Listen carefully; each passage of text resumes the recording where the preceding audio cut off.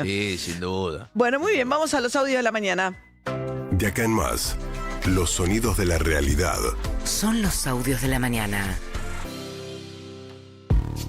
Bueno, llega el año nuevo y una pregunta que se empieza a hacer en el mercado es si efectivamente Milei va a levantar el cepo, como dijo, de manera total. Por ahora, digamos, desde abril de este año, que todavía estamos 2025, se abrió la posibilidad de la compra de dólares para individuos de manera ilimitada, cosa que generó un problema bastante grande en el mes de octubre, hacia el mes de octubre, durante los meses previos. Ahora se dio bastante la compra de dólares de parte de individuos. Hay menos individuos comprando. Ahora se da al revés, porque tuviste las elecciones, la gente se dolarizó y ahora vienen las vacaciones, viene el fin de año, las compras y se empieza a vender esos dólares. Bueno, pero el blue subió, viste que había algunos que estaban con el de vuelta, que había el que maneja grandes volúmenes, compra al oficial y vende al blue y hace alguna diferencia. Cuestión, que Milei decía esto sobre el cepo, o sea, en febrero de este año 2025.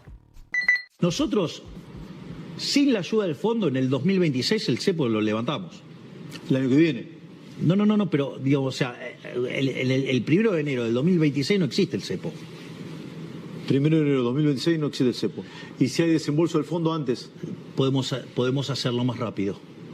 Hay que ver cómo queda estructurado el programa, cómo se calzan los fondos, y eso te va a determinar la salida del cepo. Nombraste la... Bueno, hubo plata del fondo. Esto es febrero. El último crédito del fondo se anunció en abril. Sí. Hubo crédito del fondo, pero el cepo para empresas continuó. Se anunció en abril para individuos y había prometido 1 de enero. Lo que pasa es que ahora salió una resolución del Banco Central que llenó de dudas a las empresas respecto de qué pasa hoy. Las empresas no pueden girar dividendos a sus compañías matrices, ni tampoco. Entonces, la pregunta es, bueno, ¿va a haber un protagonista más comprando dólares en el mercado a partir de que se levante el cepo también para empresas, o lo van a sostener para las empresas? Bueno, salió un informe del Banco Central que básicamente dice que el Banco Central va a considerar oportuno continuar flexibilizando las restricciones cambiarias que persisten sobre esta parte en particular, el stock de dividendos, el pago de deudas comerciales, porque tenés importadores que necesitan acceder a dólares para pagar al exterior, en la medida que se observe un fortalecimiento de las reservas, el acceso a dólares. ¿Esto qué significa?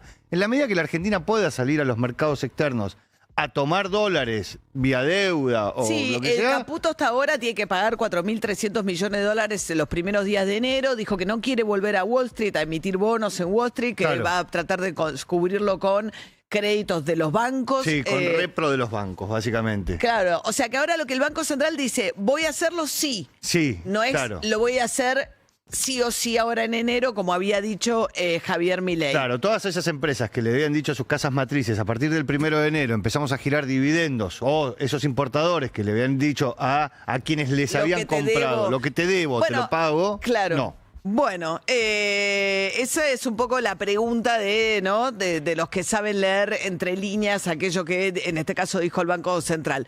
Mientras tanto, leyendo entre líneas, también empezaron a mirar los giros del Gobierno Nacional a los aportes del Tesoro Nacional, que son partidas que se reparten discrecionalmente desde el Gobierno Central a las provincias. ¿Qué pasó?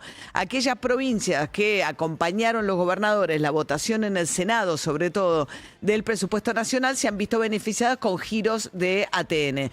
Una de las cuales es la provincia de Entre Ríos. Rogelio Frigerio, exministro del Interior de Macri, que consiguió plata para pagar aguinaldo, que es una dificultad para todas las provincias pagar aguinaldo.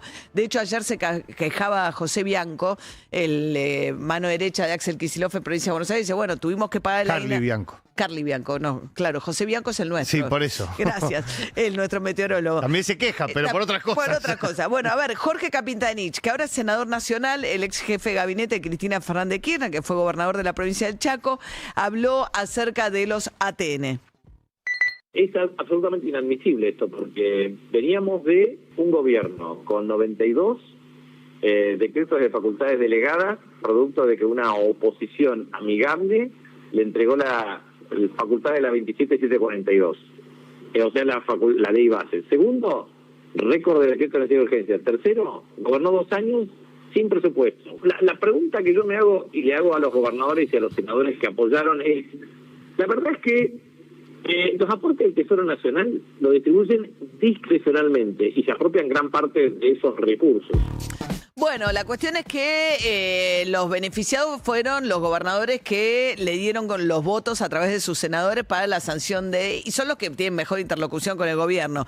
Cuestión que Carly Bianco se quejó, dijo que la provincia está siendo discriminada, que la provincia va a insistir con la Corte Suprema para pedirle a la Corte que obligue a la nación a cumplir, pero habló también de otra cosa con la que va a insistir el año que viene Kicillof en la provincia de Buenos Aires, que es rehabilitar la reelección indefinida de los intendentes. O sea, la verdad es que todo lo que tiene que ver con las candidaturas testimoniales, las reelecciones indefinidas, la alianza de Kicillof con los intendentes del aparato del conurbano se ve reflejado en habilitar todas las mañas que los perpetúan en el poder y que hacen además que, porque él dice que es parte de la democracia. Bueno, no, está muy estudiado que cuando vos tenés regímenes, el oficialismo tiene mucha ventaja para ganar una elección y además en la provincia de Buenos Aires y en los municipios el grado de supervisión es bajísima, los consejos deliberantes son muy importantes y hace que esos intendentes puedan gobernar sin ningún tipo de supervisión. Cualquier democracia, la alternancia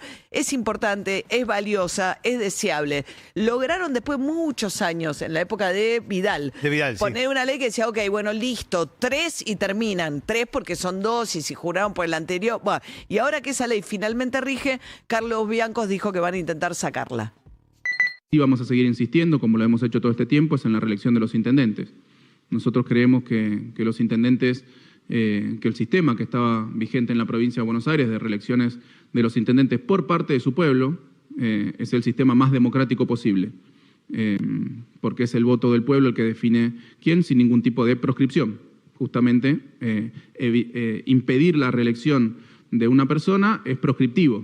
Tiene carácter proscriptivo, esa por lo menos es la mía, no quiero hacerla extensiva a nadie, por lo menos esa es mi posición y es la que se ha venido tomando públicamente por parte del Gobierno Nacional, así que nosotros vamos a seguir insistiendo en la reelección de los intendentes de la provincia de Buenos Aires, que obviamente eso sucede siempre y cuando el pueblo los vuelva a reelegir, y los vuelve a reelegir porque tuvieron una buena gestión, si no, no los reelige, como suele suceder.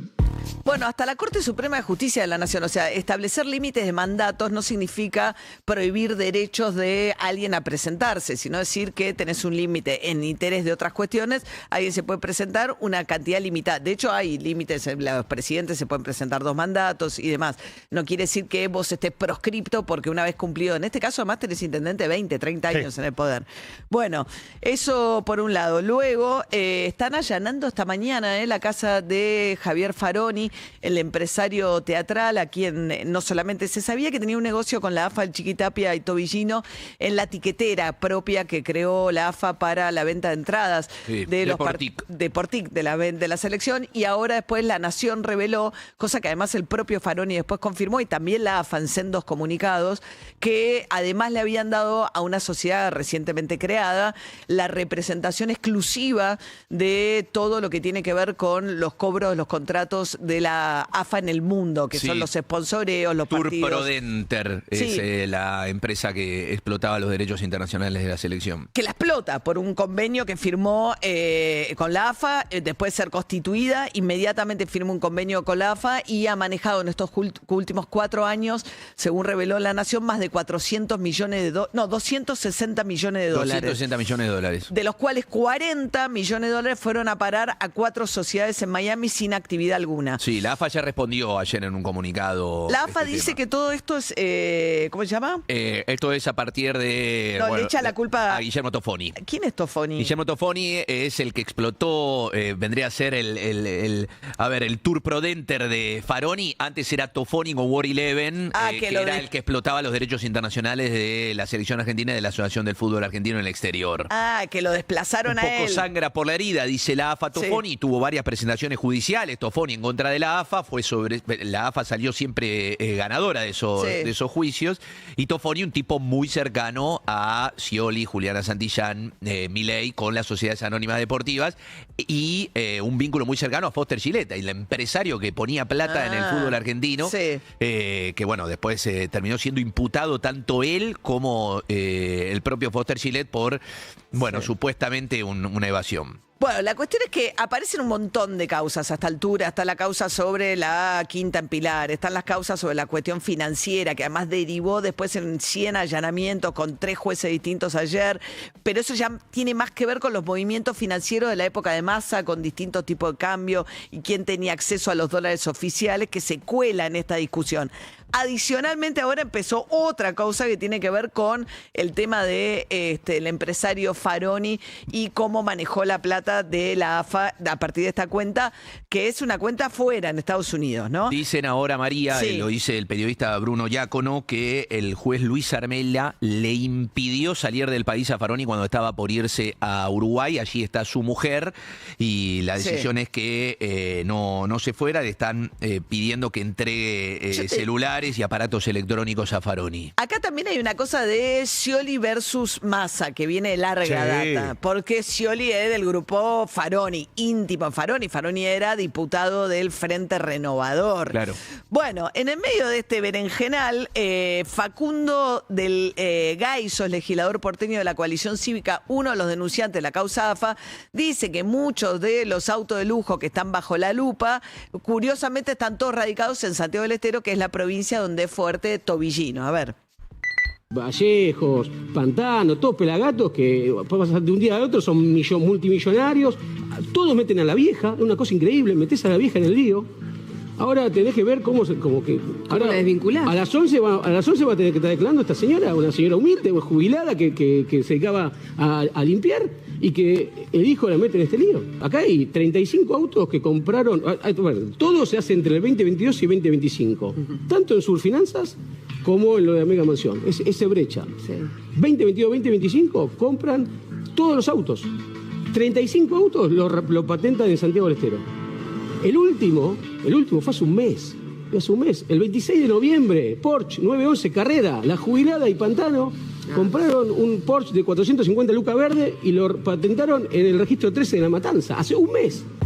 Bueno, la jubilada y Pantano Luciano Pantano es uno de los el testaferro supuestamente en este tema de los autos y de la mansión en Pilar.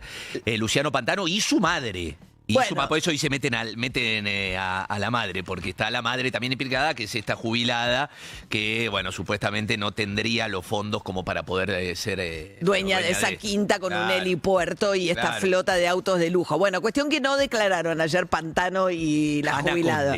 Por una cuestión procesal no declararon. Ayer que sí tenían que declarar ellos dos, y como insistimos, esta mañana todavía hay actividad. El Poder Judicial creo que es el único de los tres poderes, porque Milei se tomó no él, pero su gabinete se tomó unos días como de descanso. Sí, se supone que hoy va a haber anuncios de Adorni durante la jornada, a ver como los últimos anuncios que tiene que ver con esto de la posible aumento de salario. No para Milei. Milei dijo que son unos mentirosos los que dicen que se va a aumentar el salario, pero hay que ver si no le aumenta a los ministros. A mí me parece bien, francamente, no. Para el resto, y va a haber algunos otros anuncios que tienen más que ver con la estructura de gobierno que con medidas económicas. Bueno, mientras tanto, una de las cosas con las que cierra el año también es todo este movimiento. Nosotros hablamos en algún momento en el programa alrededor de gente que ve en Dante Gebel, el predicador evangélico, un posible contendiente de Milei, ¿no? Arrancando ya Milei la segunda etapa de su gobierno y una oposición muy deshilachada. La idea es decir, bueno, a un candidato de las características tan particulares de Milei, bueno, enfrentarle algo que también venga completamente de afuera del sistema, pero en este caso es un predicador de una palabra como tranquilizadora, como que si Milei es la cara de la motosierra y qué sé yo, los gritos, aunque ahora está más calmado, bueno, le contrapones. Es difícil después qué contenido político tiene, pero en todo caso es socio muy amigo de Mario Pergolini, tiene un programa de televisión en Estados Unidos al que lleva figuras figuras del espectáculo, es un hombre de mucha potencia económica, entonces es un hombre muy vinculado a distintos sectores políticos. Incluso tiene relación con sindicalistas kirchneristas y demás. Bueno, Dante Gebel cerró el año insistiendo con que no descarta la posibilidad de dedicarse a la política. Hay un montón de gente que intenta convencerme, me han hecho propuestas, de la vieja UCD, hay de la UCR, mirá, te digo, radicales, del PRO, no es ni el sector de los kirchneristas, los libertarios, libertario arrepentido, si se quiere. Yo lo único que dije en el programa Otro Día Perdido de Mario, me pregunta Mario, ¿no pensás con tanta ayuda que mandaron al mundo hacer algo más oficial desde la Argentina? Le digo, ¿a qué te referís? El presidente, por ejemplo. Mira, te la lanzó así. ¿Cuál fue mi respuesta? La que sigo pensando. Mira, hace 2 o 3 años atrás digo, pero ni en pedalín, ni loco. Hoy, no sé, estoy abierto, pero estoy abierto a ayudar. Claro. Lo único que dije, no descarto, si puedo ayudar, voy a ayudar, ¿no es cierto? Yo pienso que no hay que esquivar el bulto. No tomen esto como, sí, dijo que sí, dijo que sí. No. Todavía me tengo que sentar, tiene que pasar el año. Lo más probable es que sea toda una locura. Esta es otra. No tengo por qué andar explicando nada. Muy bien, 7:16 de esta mañana que ya tiene casi 28 grados y acaba de salir el sol. Prepárense, tenemos una máxima de 38. Muse, Starlight.